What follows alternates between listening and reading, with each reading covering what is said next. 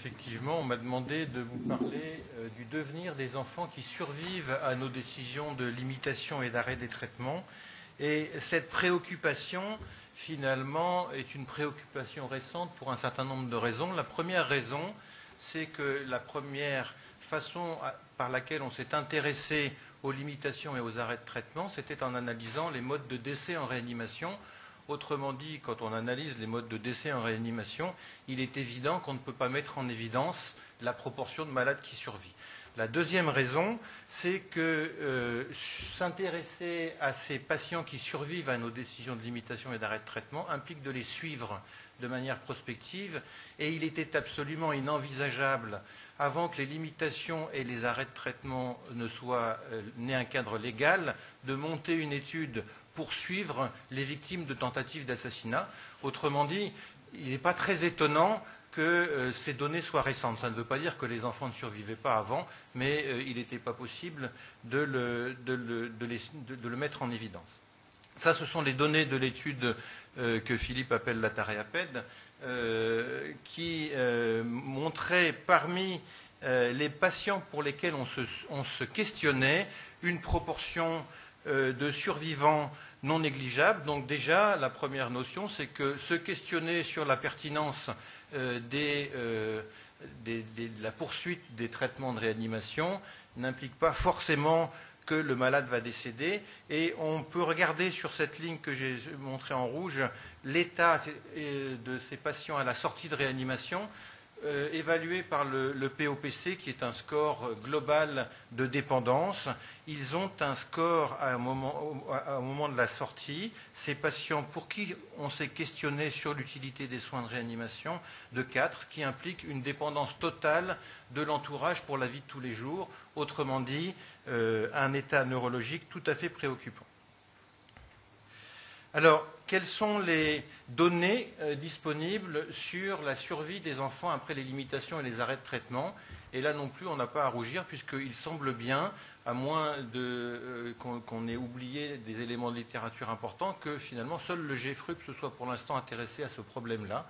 Il y a une étude monocentrique pédiatrique lilloise qui avait été réalisée, qui est publiée en 2007, et puis ces données issues de l'étude multicentrique du GFRUP, parue dans Intensive Care en 2011. Dans l'étude monocentrique, 31 réflexions, 10 survivants parmi les malades pour lesquels on s'était questionné sur l'utilité de la poursuite des traitements, parmi lesquels 6 décisions de ne pas réanimer en cas d'arrêt cardiaque, 3 non-augmentations de traitement et une poursuite de traitement, puisqu'on ne décide pas toujours d'arrêter les traitements quand on se questionne.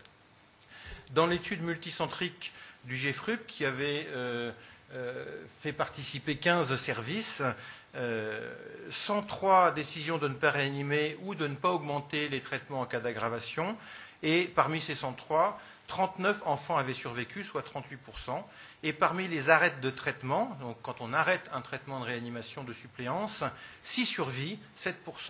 Autrement dit, une proportion de 1/4 de malades qui survit après qu'on a décidé de limiter ou d'arrêter des traitements. Naturellement, la proportion n'est pas la même quand on arrête un traitement de suppléance ou quand on décide qu'on n'augmenterait pas si le patient s'aggravait, mais c'est très supérieur aux études adultes qui montrent une survie dans ces cas-là de 6 à 7%. Donc 2 questions se posent. Que deviennent les enfants d'une part? Alors leur durée de vie et leurs conditions de vie, puisqu'on a vu dans l'étude multicentrique qu'ils sortaient de réanimation avec un POPC de 4 qui montre une dépendance totale de l'entourage pour les actes de la vie de tous les jours. Et aussi, par ricochet, que devient cette décision? Puisqu'on a pris une décision de ne pas augmenter les traitements, on pourrait imaginer dans un système manichéen que ça veut dire que le patient ne reviendra plus jamais en réanimation puisqu'on a décidé de ne pas aller plus loin dans les manœuvres de réanimation. Comment ces décisions sont transmises aux équipes d'aval? Comment est-ce qu'elles sont vécues par les équipes d'aval? Quel est le devenir de cette décision au cours du temps? Et comment est-ce que ça s'articule avec le projet de soins futur? Alors, nous avons des résultats partiels du volet 4 de l'étude Pédialac Alors, les inclusions se sont terminées le 31 décembre 2013, donc il est évident qu'on n'a pas encore exploité tout, on n'a même pas encore fait le ménage dans la base de données, mais les éléments qui figurent dans le texte qui a été fourni pour la SRLF datent du mois de juillet dernier, quand on a fait une analyse intermédiaire. Deux études en fait couplées en même temps, une étude de cohorte d'une durée de 2 ans portant sur les patients qui sortaient vivants après qu'on a identifié qu'il y avait eu un questionnement sur les limitations et les arrêts de traitement et avec un recueil de la décision en regard. Avec une étude relativement simple et robuste, une enquête téléphonique demandant au médecin qui suit ces patients après la réanimation d'évaluer le score POPC tous les 6 mois, avec un recueil téléphonique par une attachée de recherche clinique. Et également la présentation à ces médecins qui suivent ces patients sortant vivants de réanimation de 2 cas simulés qui concerneraient ce patient, 2 aggravations simulées, la première impliquant une admission en surveillance continue, la deuxième qui impliquerait une prise en charge d'une défaillance d'organes en réanimation pour savoir si oui ou non il réadresserait le patient en réanimation. Couplée à cette étude, une étude qualitative menée par un sociologue avec pour cible les médecins en charge de ces enfants survivants pour leur demander de la façon dont ils vivent et dont ils réagissent à ces décisions de limitation et d'arrêt de traitement qui ont été prises en réanimation. Voici la courbe d'inclusion dans l'étude de cohorte. En jaune, les inclusions théoriques, les entretiens qui auraient dû être menés à partir des 112 survivants qui avaient émergé des premiers volets de l'étude. Et en violet, les entretiens réalisés. Vous voyez qu'il est extrêmement difficile de faire une étude de cohorte, d'autant plus qu'il s'agit d'une cohorte au-delà de la réanimation. En fait, c'est le réanimateur qui devait convertir le médecin en charge du suivi au long cours de ces patients qui sortaient de chez lui, d'accepter de participer à l'étude. Alors, 2 grosses pertes, en partie d'ailleurs dues à des décès. Vous voyez que dès le premier entretien, on avait déjà 16 décès parmi ces patients, des patients qui étaient sortis vivants, mais décédés avant même qu'on ait pu avoir le premier entretien téléphonique. La plus grande partie des pertes de vue sont dues finalement à des médecins destinataires des patients qui n'ont pas souhaité participer à l'étude, puisqu'il y en a 13 déjà ici, et puis les médecins injoignables qui n'ont réellement pas pu être joints, c'est qu'ils n'avaient pas probablement tellement envie de participer à l'étude non plus. 16 enfants décédés, 2 enfants en réa, et puis un seul refus de parents.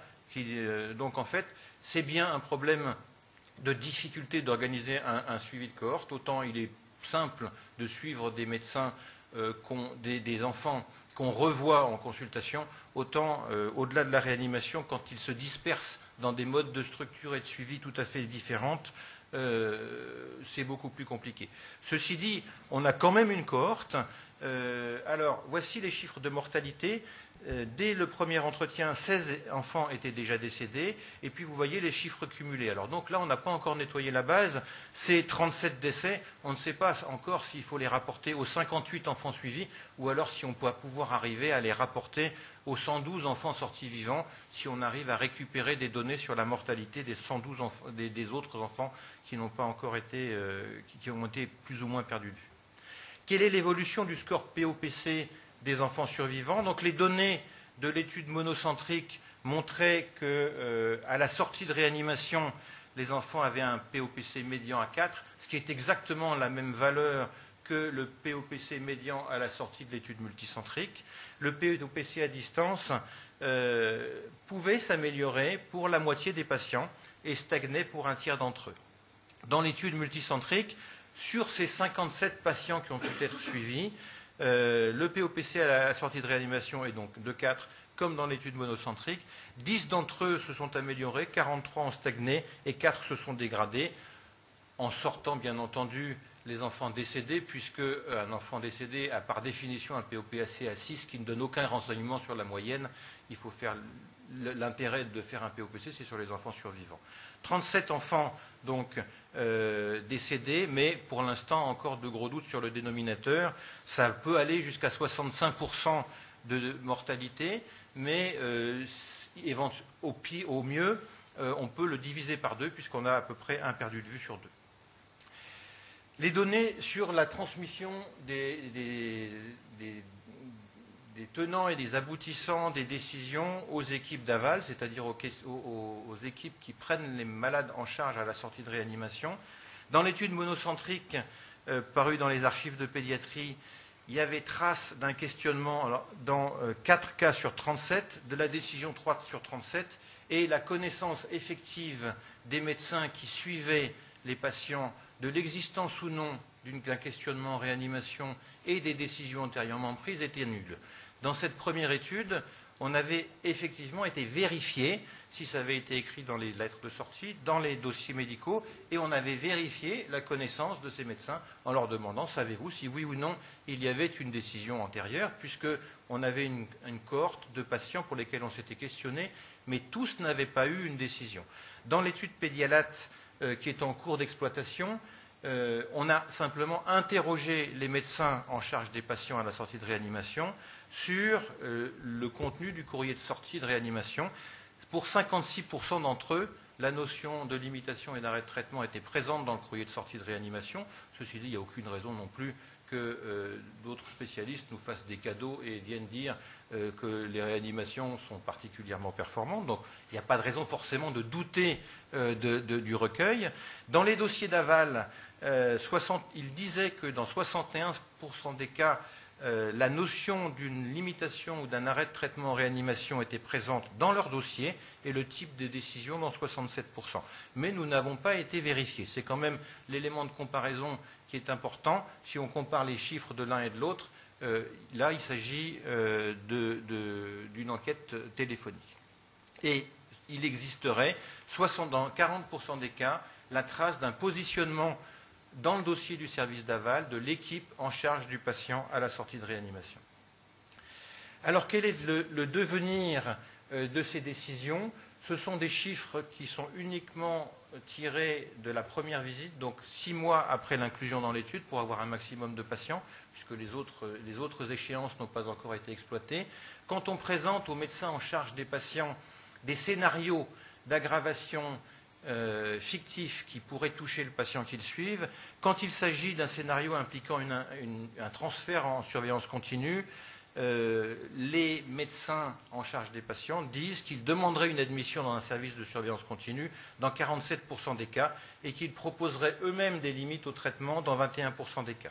Quand il s'agit d'une indication de suppléance d'organes, donc un transfert en réanimation, ils demanderaient une admission en réanimation dans 56% des cas pour ces patients 6 mois après la sortie de réanimation et proposeraient eux-mêmes une limitation des traitements ou des traitements à ne pas entreprendre dans 32% des cas, un tiers des cas. Autrement dit, comme dans l'étude précédente, on aurait dans un cas sur 2 une demande de réanimation, une demande de réadmission en réanimation, malgré le fait qu'on avait acté qu'on n'irait pas plus loin. Alors, je ne résiste quand même pas au plaisir de vous donner quelques éléments de l'étude qualitative en cours. Alors, bien entendu, des résultats partiels d'une étude qualitative, ça ne prend pas du tout la forme de proportion, mais on retrouve quand même à la fois des éléments qui étaient présents dans une précédente étude qualitative qui est parue dans les archives de pédiatrie en 2009 sur le caractère dérangeant de ces enfants qui survivent après une limitation ou un arrêt de traitement. On sent très bien dans le corpus que soit c'est illogique que ces patients aient survécu, soit c'est culpabilisant. Autrement dit, soit l'enfant aurait dû mourir, soit on n'aurait pas dû imaginer qu'il allait mourir puisqu'il a survécu. Il y a un système comme ça, et on s'aperçoit que à terme, ces enfants sont considérés comme les victimes d'une erreur scientifique, alors que dans tous les textes qui asseillent les décisions de limitation et d'arrêt de traitement, il est rappelé que la décision n'est pas uniquement scientifique. Donc, au moment de la décision, les médecins savent faire entrer des éléments non scientifiques, sociétaux, familiaux, dans leurs décisions, mais quand ils rejugent les décisions qui n'ont pas donné l'effet escompté, ensuite on revient dans un système d'erreur scientifique, c'est-à-dire qu'on s'est trompé quelque part. Et au nom du projet de vie de l'enfant, c'est-à-dire de manière à pouvoir de nouveau faire un projet avec lui, on avait vu dans cette étude qualitative qu'il y avait réellement un effacement des décisions, que les médecins en charge des patients n'en reparlaient jamais, de manière à pouvoir rebâtir un projet de soins. C'est ce qu'ils disaient, ce n'est pas mon interprétation. Ils disaient qu'ils n'en parlaient pas parce qu'ils avaient à bâtir un nouveau projet de soins et que ça les gênait pour prendre en charge les enfants. Voici maintenant d'autres éléments, quand on est passé là maintenant dans une dimension multicentrique, donc avec des prises en charge dans des systèmes qui peuvent être tout à fait variés, dans des structures qui peuvent être tout à fait différentes, on s'aperçoit d'autres éléments qu'on n'avait pas mis en évidence initialement. Nettement, plus le médecin d'aval est éloigné du lieu où s'est pris la décision, moins il se sent partie prenante dans la décision, moins il se sent responsable, et plus il se sent fondé à renvoyer le patient d'où il vient s'il y a de nouvelles décisions à prendre.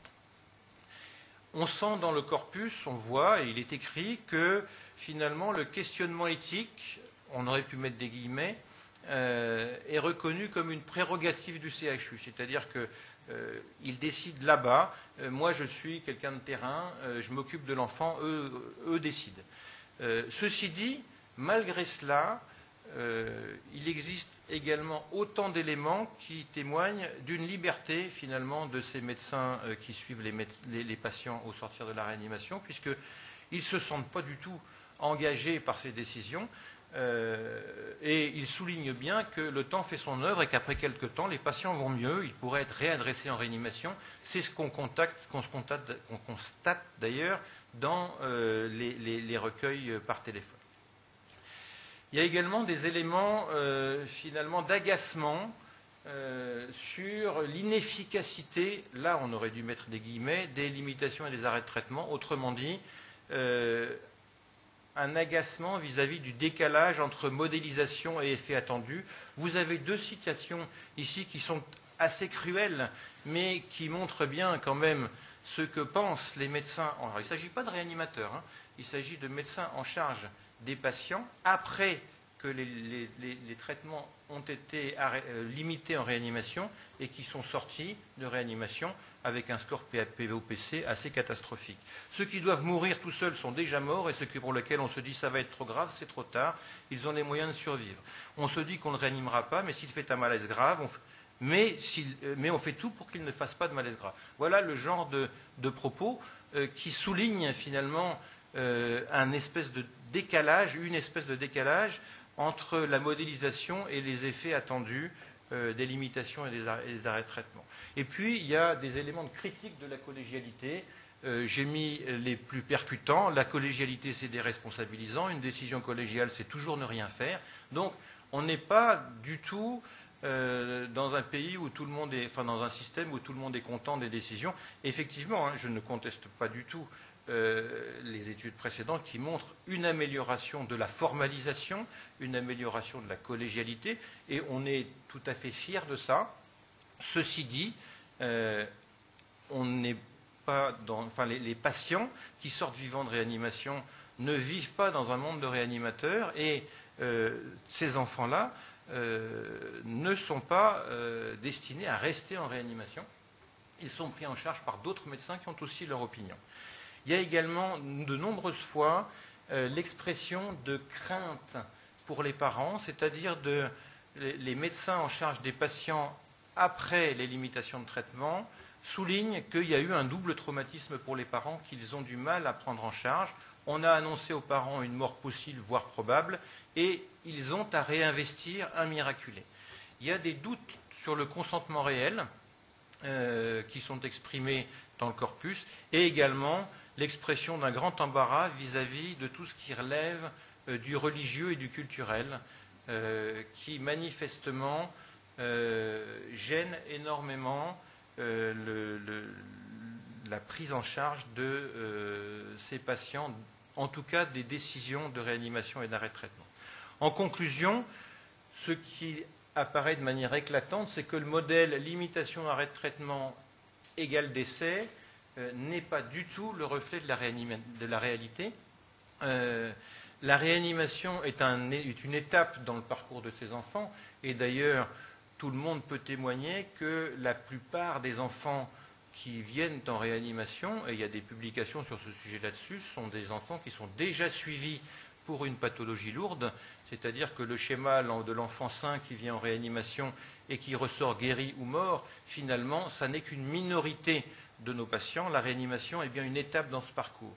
Nous avons des progrès à faire dans l'implication des équipes d'aval, alors pas uniquement pour les forcer à se mouiller dans les décisions à prendre, mais aussi pour les associer et préparer finalement leur prise en charge future dans le cas où l'enfant pourrait survivre.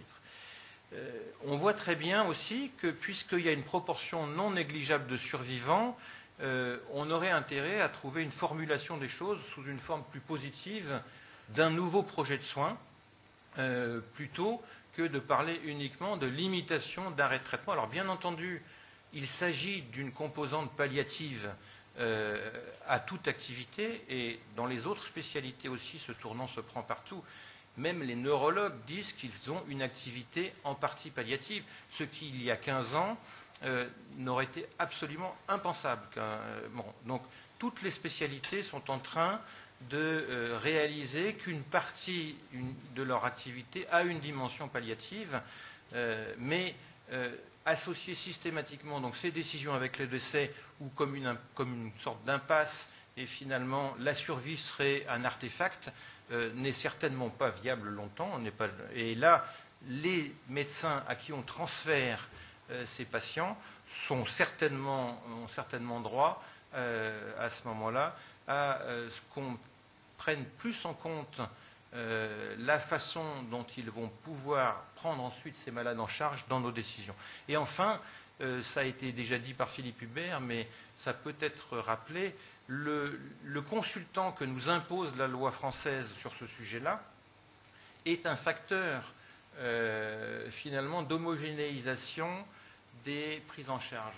Si on choisit ce consultant de manière avisée, et quand un malade va survivre, il est probable que le spécialiste qui accueillerait le malade dans son service, s'il survivait, est probablement un excellent consultant, à condition qu'il ne se serve pas uniquement de ces réunions pour réguler les entrées dans son service. Il faut qu'il y ait une certaine distance, mais le problème est exactement le même quand le consultant appelé est celui qui suivait le malade depuis des années, parce que lui pourrait très bien être aussi dans un système de validation des décisions prises antérieurement. Donc, dans tous les cas, le consultant a un travail de distanciation à faire, mais ce consultant et cette obligation d'avoir un consultant à ces décisions est probablement de nature à améliorer justement le futur de ces enfants qui survivent. Voilà.